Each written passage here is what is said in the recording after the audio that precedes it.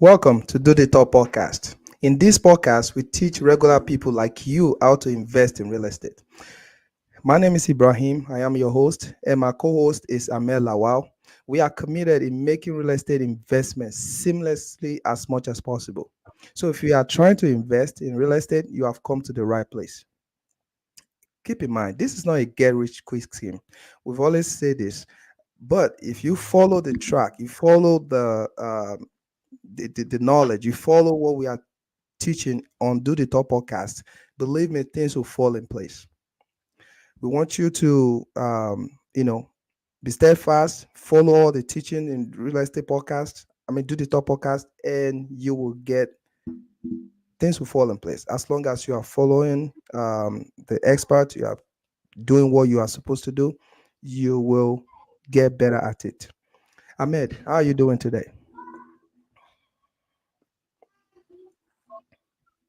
Ibrahim, it's another Friday. Yeah,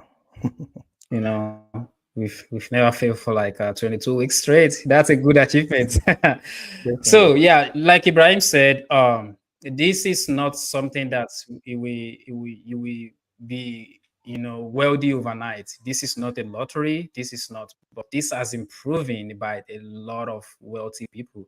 99% of wealthy people in the United States they make their money through real estate, right? So you are at the right place at the right time. It's another Friday. Ensure that if you have any questions, this is why we are doing this live. We want this to be an interactive section. We want you to ask your question. We want you to comment. We want you to show your love, right? And we are on every social media platform that you can think of. So please go ahead and follow us, like the content. There are a lot of interesting content. Check it out and give me feedback next week. You're going to love it. Ibrahim, Yes, without sir. further delay, let's dive into today's topic. Why should Yes, when should people sell real estate? thank you. This is a very controversial topic in the sense that um, in one school of thought will tell you you should never sell your real estate no matter what.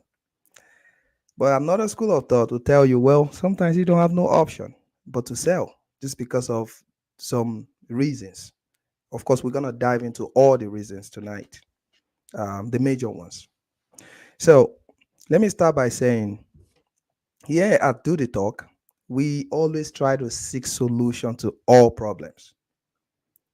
So if you ask me, I would say, well, try all the options, explore all the options as much as possible before you go into even thinking about selling. However, we understand things happen. We understand, life is life. Sometimes some challenges will force you to think of selling your property. Now, let me go into some of the main reason why people sell. Absolutely. The major one is a lifestyle changes. When I say lifestyle changes, it's a broad, and of course, I would try to dive into it a little more. When I say lifestyle changes, I'm talking about maybe you have to relocate to, another city or another state, and you don't have anybody on ground to, maybe manage or take care of your property, and you feel like you have to sell it. Keep in mind, I said there are always a solution to all problems. But let's say you feel like there's nothing you can do, you have to sell your property, and you have to relocate to another state, city, country. Yeah, some people they'll let it go, they'll sell the house. Another reason why some people want to sell, you know, is okay. I've lived in this house. I've I have another job. I make more income. My family is doing well. Now I want to upgrade. So that person, he or she, may decide to upgrade. The second reason why people sell. Okay. you want to downgrade. That's the opposite of upgrade. So let's say, okay, things are not going well, or you are at that age where you don't need that big room, that big living area, that big backyard, that big swimming pool, that big, all those big stuff. You don't need it anymore. Now you want to downgrade to a smaller, um, a house. That's one another reason why some people are forced to downgrade. So downgrade to a, let's say you are downgrading because you want to make a better move. It is always welcome, because you're in a bigger house and you want to go to a smaller house. The bigger house is not working for you and you want to go to a smaller house. And from that smaller house, you see the opportunity to invest or to use that money you made from the bigger house to, change your economic status by, paying down your debt, investing in, real estate, and try to use that to um to change your financial status and everything. It's something we support, because you cannot stay in a big house and everything is draining. You run it down. You use all your money to pay for your mortgage. You have nothing left. Everybody's stressed. Family, things are falling apart just because your financial status, your economic status in the family is not stable. You have to be steady with whatever situation you are. If you are not doing well just because you have a very bloated or high mortgage, you downgrading is not a bad thing. So as long as you talk to people that know how, you use that money that you're making from that you're gonna make from that process of downgrading to upgrade your life and your family life, it is welcome. Now the next one is you want to change the house type. Now, this is not downgrading, because this is like you have a bigger house, two-level house, but now because of unfortunate situation like disability, accident, unforeseen stuff, and or your elderly parent, they're coming over to stay with you, and you want to get something that will be more accommodating for them. So now you want to get a bigger range, and when you get that bigger ranch, it means there's a possibility that you probably gonna pay even more for the ranch if it's very huge. So this is not downgrading; it's more of changing the type, the lifestyle that you want everybody to be to enjoy that house, not you, the youngest that are in the house. You want even your elderly, you know, parent and family to enjoy the property. So you changing the type of house can be a reason why you want to sell to go to the other one. Now, the last one I would say is you want cash. Some people will say, okay, my house, I bought it 200,000, now it's 400,000. Hey, let me sell it. Some people will do that. Now, all this, is that a good reason to really sell your house? Well, from the beginning, I said it. One school of thought will say, hey, you don't have to sell your house. Another school of thought will say, well, if you don't have any option, you have to sell. I'm going to let Ahmed dive into that. There are some reasons why you barely have options. You just have to sell. But I'm focusing on the ones that you can avoid right now. For example, relocation. I'm going to go into it as fast as I can. Relocation. Okay, if you want to relocate, it's a good thing. Maybe okay, you're tired of Indiana, you want to go to New York or Texas. Good. Find a good maybe realtor there, or somewhere you're gonna lease in Texas or New York where that you're going. Lease that place. Okay. Before you go, of course, make arrangement here. Talk to people that are doing real estate here, the expert. Try to ask them. It's probably gonna cost you $0 to get in touch with them and ask. I'm moving to another state. What can I do with my property in Indiana? I'm not ready to sell. I just want to see what options do I have. These people are going to look into your situation and give you a clear and precise advice. of course, if you are pushing to sell and you are talking to the wrong person, they probably will tell you, okay, go ahead, sell, because they might want to buy it from you. But if you know, if you yourself, you already have that knowledge based on you are watching Do the Talk, you are following our advice here. We don't want you to sell, actually.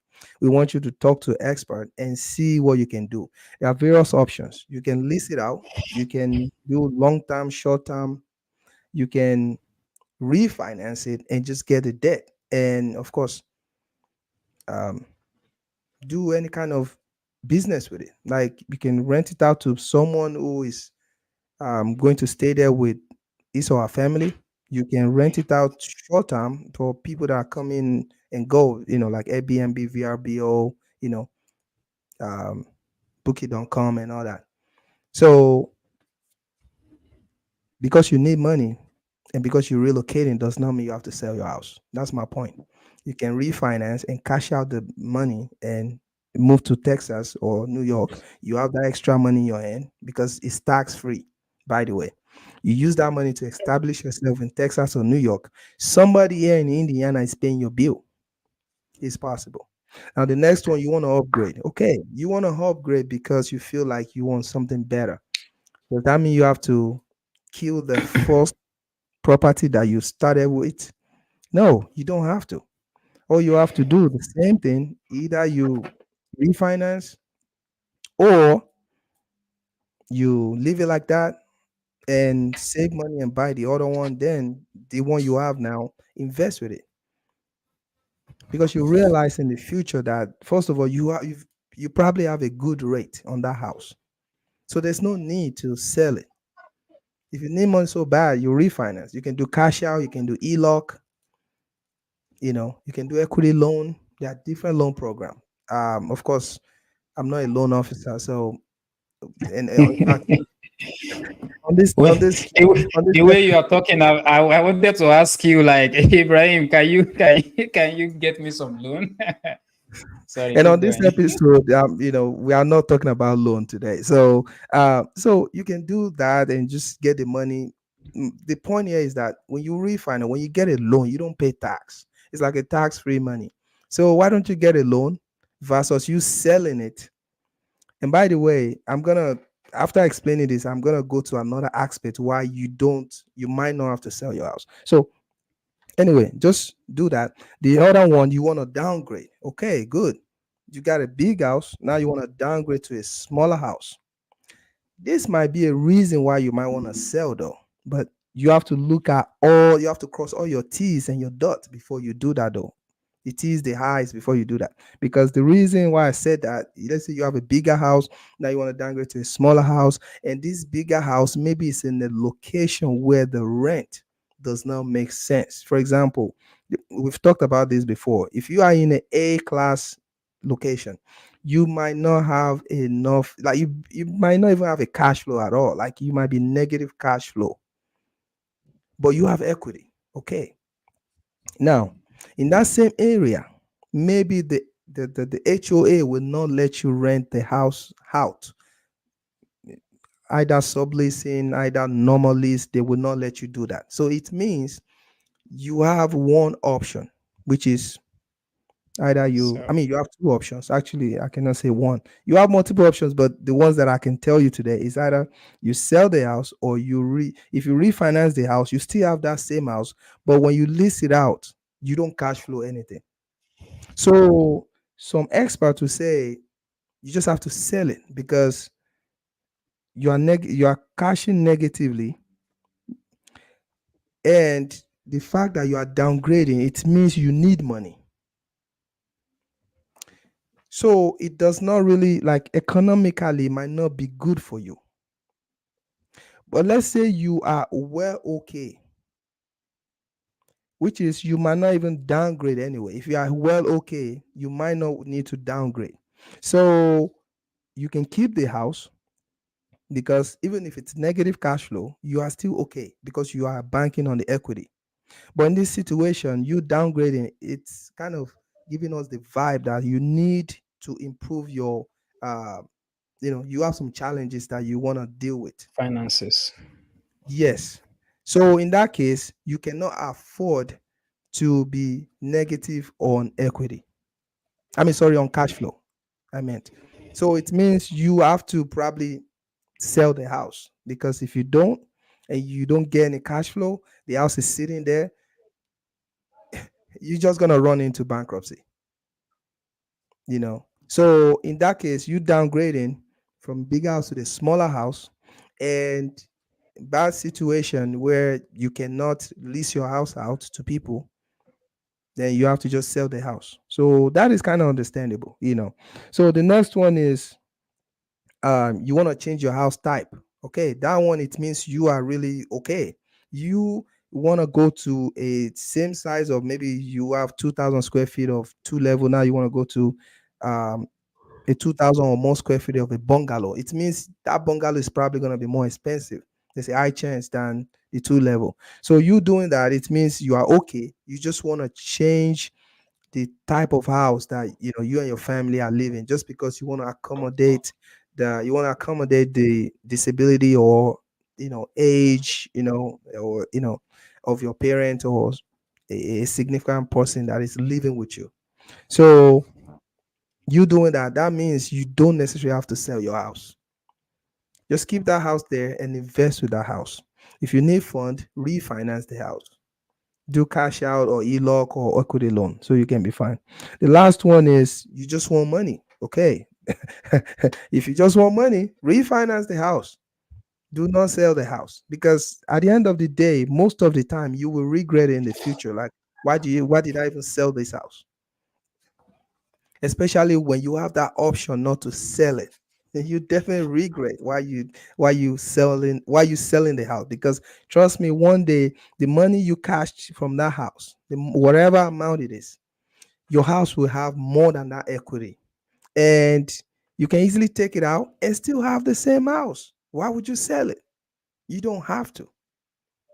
I know some people, because of when they sell, they cash out less money, but when they no sorry when they refinance, the cash out may be a little less compared to when you sell.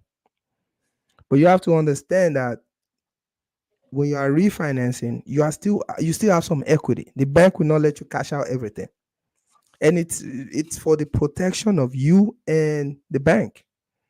Of course, nobody wants to invest into a loss. So they want to have some meat in the bone, which is in your property. Now, all these things, okay. Why why would you, let's say you are in this situation, and even though you have that alternative, but you still want to sell. Okay. Of course, we cannot tell you, we cannot control you, not like, we can only advise you, but you still have that authority. You have that right to do what you want with your property. Okay. We want to encourage you to at least stay in that house for 2 years before you sell this house. Because if you sell your house before 2 years in Indiana, you are going to pay capital gain tax on that property. And why would you pay that when you can actually stay 2 years before you sell that property? You don't have to. Just stay there for 2 years.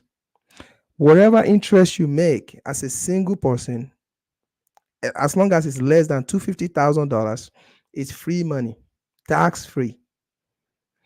If you are a married couple or married person, as long as the money is less than $500,000, is tax free. So the whole message, it comes back to, watch and make sure you've stayed in that house for at least 2 years within the 5 year cycle, and before you put your house on the market, because otherwise you're gonna pay tax that you don't necessarily have to do. That it's like you're giving free money to the government. The government is okay, you don't have to give them money. Just stay there for 2 years before you sell that property. Ahmed, so I've talked about some things that you can avoid, and some things that you don't necessarily have to sell your house when it occurs to you or you and your family, or there are some challenges. We understand that and we know things happen, but of course there are still solutions to all the things I just listed now. You and I will be talking Yeah. about this. We've been teaching people that there are ways you can solve this problem. All they have to do is reach out to experts like us about how they can do this, how they can avoid selling unnecessarily. Yeah. So, what can you tell us about some situations that are so tight and it's hard to say you're not selling, even though there might be some way, some way out, but it's not obviously clear to newbies. It's not something ordinary person can see from afar. They have to really come to an expert before they can find a solution to that problem. Go ahead, sir. Absolutely, Ibrahim. See, I'm going to buttress one of the points that you made, which is uh, if you sell the house right now because you have huge equity in it, you will regret it, because the equity you have today is a drop in the ocean compared to the equity you're going to have in that property in the future. Yeah. Let me say that one more time. The equity today that you have, that you think it's huge, is going to Hmm. be a drop in the ocean Yeah. compared to what you will have in the future. That's Yes. happened to me, so I can tell you categorically that that is the feeling you will have in the future. So having said that, you know, everything you've talked about is absolutely true. Honestly, there are situations where you just have to see what the pros and the cons are and make your decision based on what the situation is presenting to you. However, there are some situations that you have no choice. It's not as if you have no choice, but at that point in time, the only solution you have in order not to lose everything is just sell and get what you can get out of it. Yeah. So one of the those reasons will be if you have like extensive damage to your house. I'm talking about extensive damage that even maybe you cut yourself short, like we always preach. Don't be cheap on insurance. Don't if one thing that you don't want to be cheap on is insurance. Don't be cheap on insurance. So let's say you quote unquote, get insurance that doesn't cover you properly, and now you have extensive damage to the property. You will have to sell because you might you might you see D right there. You might not have the funds. House renovation, we all know everything costs these days. So when you run yourself into that corner that you don't have proper insurance, and now you face a roof that you have to be doing 10,000 roof, or a foundation that will be costing you 20, 25,000, 30,000. You don't I mean, if you don't have that kind of money, then you will be forced to sell. And even if you have it, does it make good investment judgment to put that kind of money into that same asset? You have to make that choice. But that is one thing that can force you to sell. Extensive damage on the house can be a pain and really lead to some unconventional decision, which is like selling, that can lead to selling your house. Another one is divorce. Let's say you and your spouse get a house, and at some point, things just go south, and now for the sake of peace, everybody needs to go their separate way. You guys don't have choice. You have to sell, because at that point you cannot be the co-owner anymore. You've proven that you cannot be a co-owner anymore because of the rancor that already happened. One way or the other, you get to the point that, okay, we choose to go this diverse way. So these are opportunities for other people. But guess what? It sucks. But that is life. Life is not, I always tell people, if it is like what they teach us in school, 2 + 2 = 4, life is not like that. You will have 2 + 2 in real life is going to give you 22. It's going to lead to some some unwanted answers. So real life is not black and white. So these things happen every day. Every day. You will be thinking, oh, who does that? Who sell their house? Yeah, this kind of issue happen every single day. So divorce is another one that you don't have a choice. You can't really control what happens. You just have to, sell it, get the proceed, and share it according to what the judgment says. So health reasons is another one. Maybe someone that cannot manage their house anymore, or they need to pay medical bill. You remember the story that Dave told us the last time we had him on the wholesaling episode. He followed through with that man the entire time, Yeah. and when he passed away, his son is like, you know what? Hey, I don't want to take on this property. My dad has always talked to me about you. Yeah. How about we get this deal over the line, right? So, health condition can make you sell your property. We all don't pray that it happens, but this is, like I said, life happens, right? We cannot prevent some things from happening, which is one of them is health, right? And let me reiterate this. I know Ibrahim already mentioned this, but on Do the Talk, if you ask us when should you sell your house, we will tell you never. Never sell your house. Never ever sell your house. When it comes to selling, or you need money or something like that, talk to someone that know what they are doing, and they will walk you through how you will not sell that house and you will be able to get the money that you want. So our answer here is never, but things happen just like Ibrahim discussed, and the same thing I'm hammering right now. All these things are life incidents, and they happen every single day. So it's going to happen, and when they happen, that is why we are doing this. Another reason is inheritance. I just mentioned that actually from the example. So some people just become an accidental landlord overnight. Let's say the son is living in New York, Chicago, California, or wherever they are, and the mom passed away in Indiana, left a property for him or her. Now he has to figure out how to go through the probate. And by the way, probate is a process you go through Yeah. when the owner of the property, the person on the deed, passed away and doesn't have a will. They pass away and the house is not in a trust. We're still going to be discussing trust, will, and the legal aspect of real estate. We're planning to bring on someone.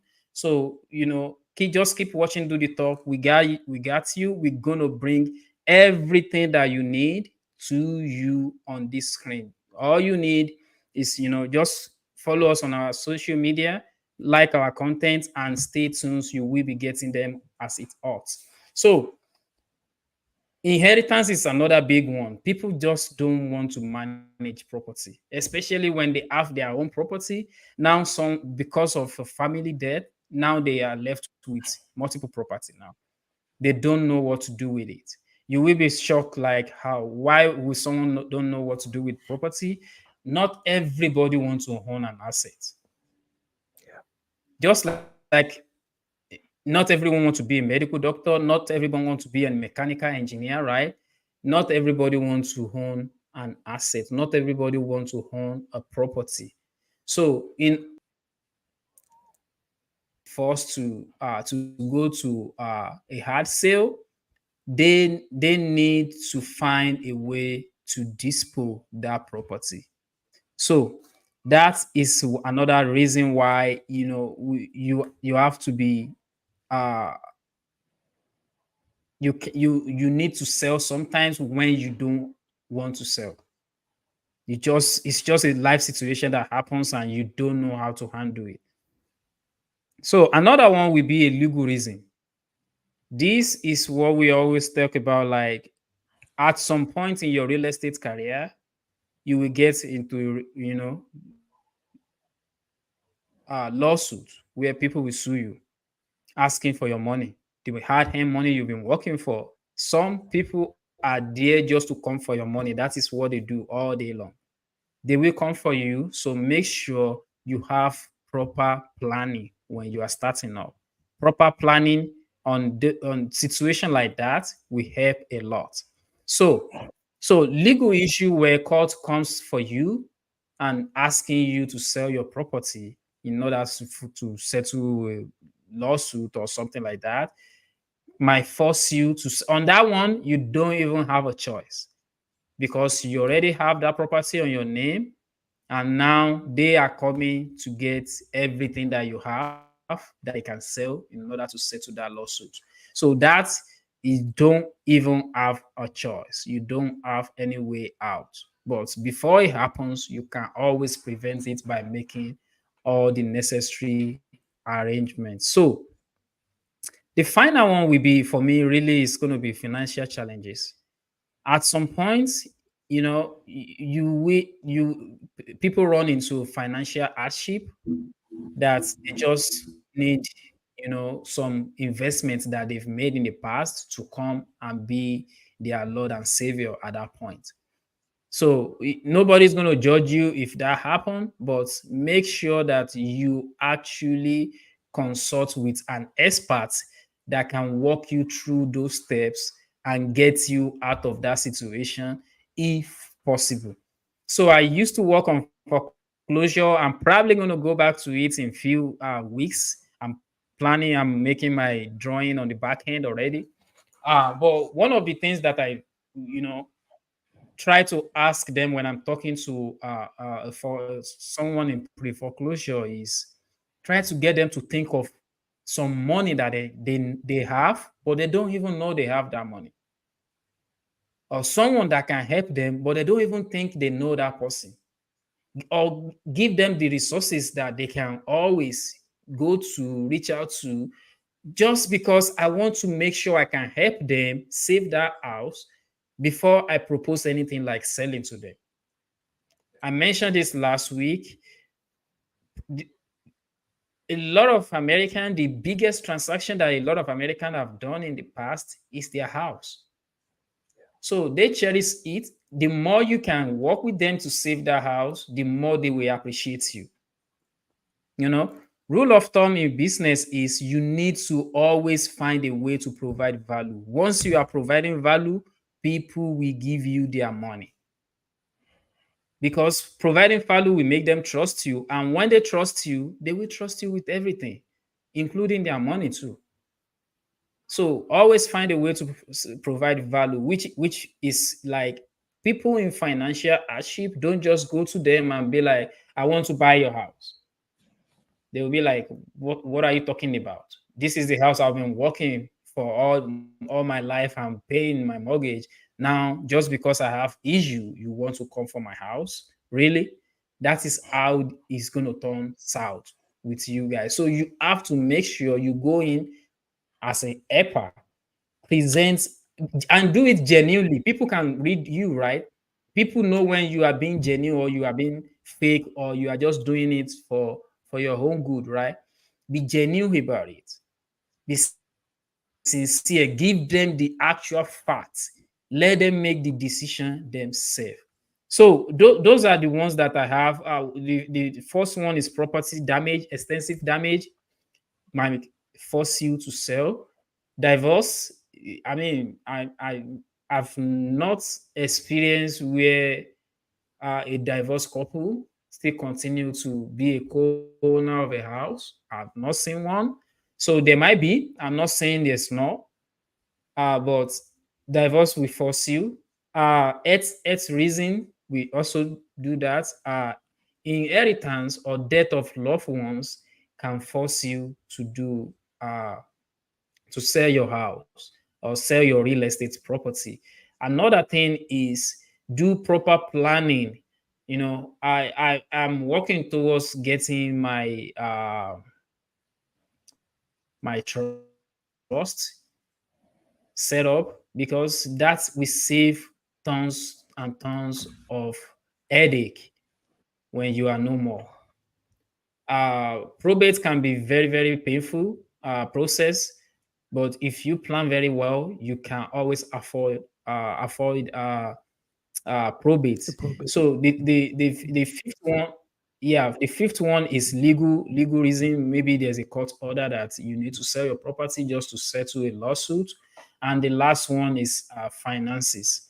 So at this point, guys, we want to let you know that we are doing this live just for you to answer to ask your questions. So if you have any question during the course of this show, please drop it in the comment section. It's gonna come right straight to us, and we will read it to you and answer your question to the best of our knowledge. So Ibrahim, I know we hit a little bit on this one. I just want us to go back a little bit. um so we are saying that people should not sell for any reason. If possible, if they just need to reach out to someone that know and that can walk them through the step of saving that house. Um, can you expatiate a little bit why we don't want people to sell? So the simple reason is that if you sell, it's like you economically you are, I'm talking about long term now, you are killing the investment roots that you've already planted. It's like you go to a plant and you cut, instead of taking a fruit from it or two fruits from it, you decided to cut it or kill the plant completely. I know you need fruit. You want to eat fruit. Why don't you just take from the fruit, eat the fruit, and you know that next time you come back, you can still take from the fruit and eat the fruit. But when you cut it, of course, you're gonna get a lot of fruit because you just want to grab everything at the same time. Boom. That's it. So this may not be a perfect analogy, but what I'm trying to say is that Are you kidding me right now? It You said that is not a perfect analogy. it might not be a perfect because That arguably, is but 1000% so correct. yeah, thank you for that. So it's better you, because when you refinance, you definitely will not get the exact amount compared to where, like, you will not get up to when you sell it. So what I notice is that not everybody even realize that they can just refinance it and they won't pay tax and the house is still there and they're still making money and all that. Some people just think, okay, if I want to upgrade, I have to sell my house and go to the next one. So, but coming back to, let me go back to the main question. The main thing is the reason why experts and myself and I believe Ahmed has been saying the same thing. The reason why we don't want you to sell is because we know that there are a lot of potentials that are still, like, in that root that you can keep. It will keep germinating. Like, just take a fruit, whatever you can refinance. If you have to shop around and see which one will give you the max amount of return from this refinance process. Get that one and use it for whatever you want to do. Be patient. You can still, you can, there's no limit to refinance. You can refinance your house every 3 years. As long as you have equity, you can keep getting the money. As long as you have good credit, you have good income, you can keep refinancing it and you still own the house. But when you say you want to sell the house, uh it's like you just want to cash the money and the house, the investment is dead.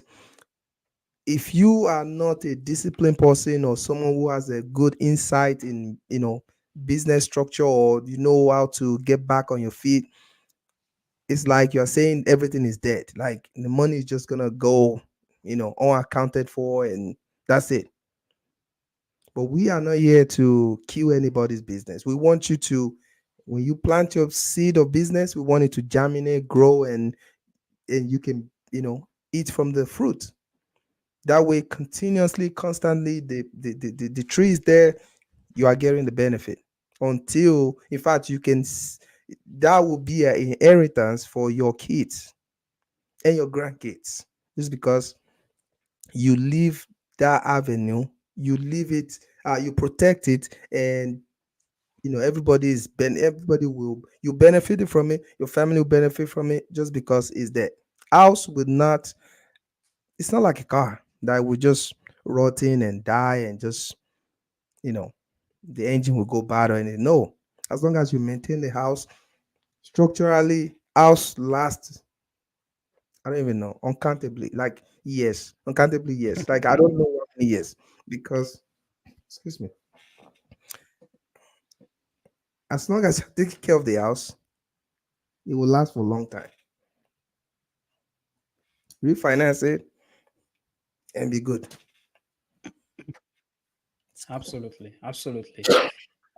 Thank you so much, Ibrahim. So another thing that I want our audience to realize is there's something called exponential growth in real estate. Okay, let me. By the way, Ibrahim, I know I chimed in earlier about your analogy. That is so cool. I don't know if you practiced that before I ask you the question, but that is so cool. Like plant a tree, let it grow, take a fruit or two from it, don't cut the tree. That is a very cool analogy right there. So what I want to explain is, let's say you bought a house for 100,000, and 5 years down the line, that same house now was 250,000, right? 250,000. Let's say you already paid 30,000 on mortgage out of. So now you are only owing 70,000. The house value is 250, right? Taking 70,000 from 250, you will be having 170 left, right? No, 180. Now, with that 180, if you can just do a cash out refinance, or you can do what's it called? You can get a e-log out of that house, even if it is just 100,000 uh e-log or 100,000 cash out refinance. Let me show you how powerful that 100,000 could go.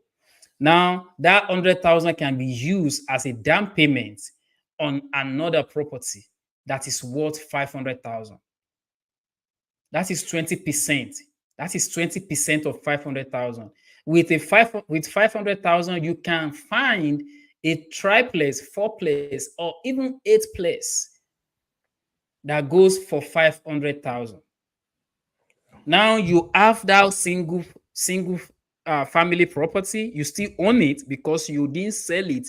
You just do a cash out refinance or HELOC. Now you from the equity of that house that you tap into, now you have the buying power to buy a bigger property. 5 years down the line again, that house that you put maybe 100,000 loan plus the 70, now you have 70 something thousand, but you remember you are still paying that loan. Now you pay a little bit down, that house now have appreciated again.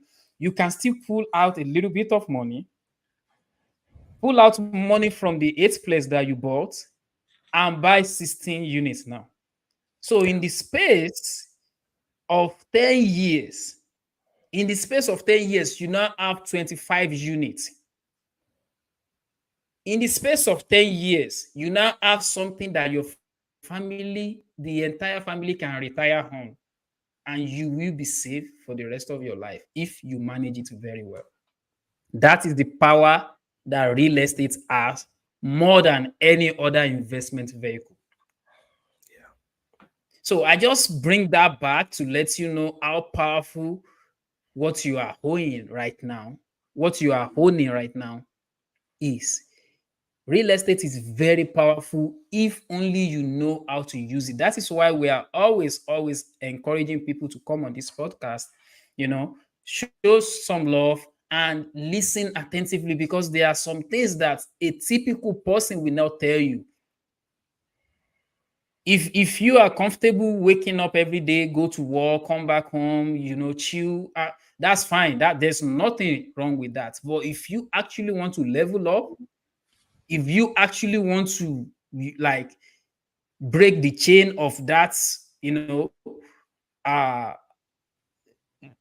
not having enough money at the end of the month and panicking before you can pay your rent and all the other bills, you actually need to listen and learn from people that have done it.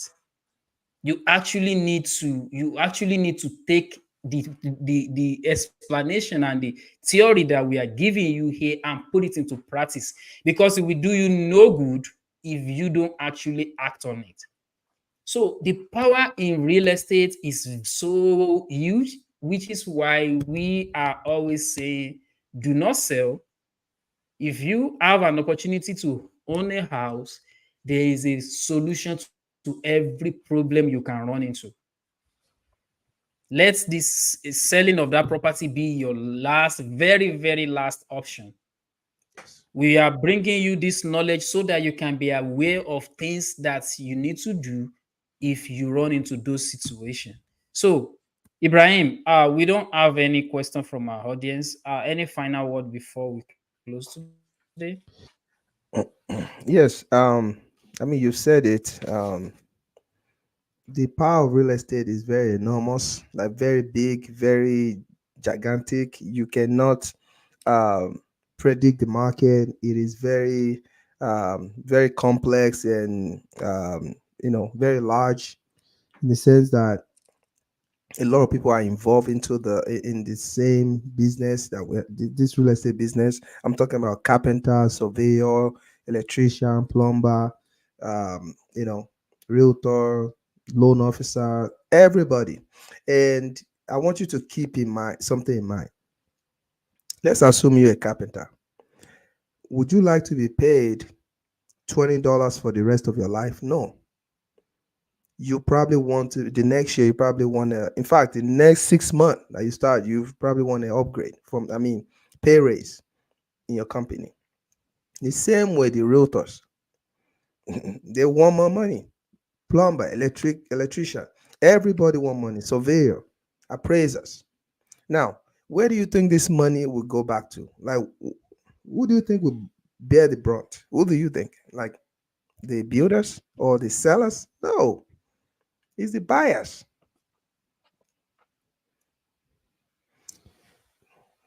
The only time that the seller or the builder might face it a little bit is when the economy is in the downside. We can give an example of 2008. Even though it's not a real estate problem per se, it's more of financing per se problem, but it affected the real estate because they go together. Because the majority of the people, we have to get a loan to buy property. There's nothing wrong with that. Absolutely. So going back to my topic, every single dollar that the builder spent to build a property, that company will add everything up and put it, excuse me, will add everything up, Sorry. and the buyer is the one that will pay that money. The same thing as the seller, the same thing. So that means if you buy a property for 200,000, in the next 5 years or 6 years, it's gonna worth a lot more because we sell with community. Like if I may sell his property today, the next neighbor will follow the price of where he started from. As long as it's the same square footage, the same size, the same neighborhood, it means your property will probably appreciate. So why the rush? Why the rush? Why you want to sell? Refinance, tax free, and just get the money and do what you have to do. Let your property appreciate before you go back to it and maybe refinance again and let somebody pay your debt. That's what we're saying. So selling should be your last option. Ahmed, that's all I have to Yeah, say for for me, it's gonna be so I have don't wait to buy. Sorry about that. Don't wait to buy real estate, regardless of the what the market is saying, what the interest rate is saying. Buy real estate and wait.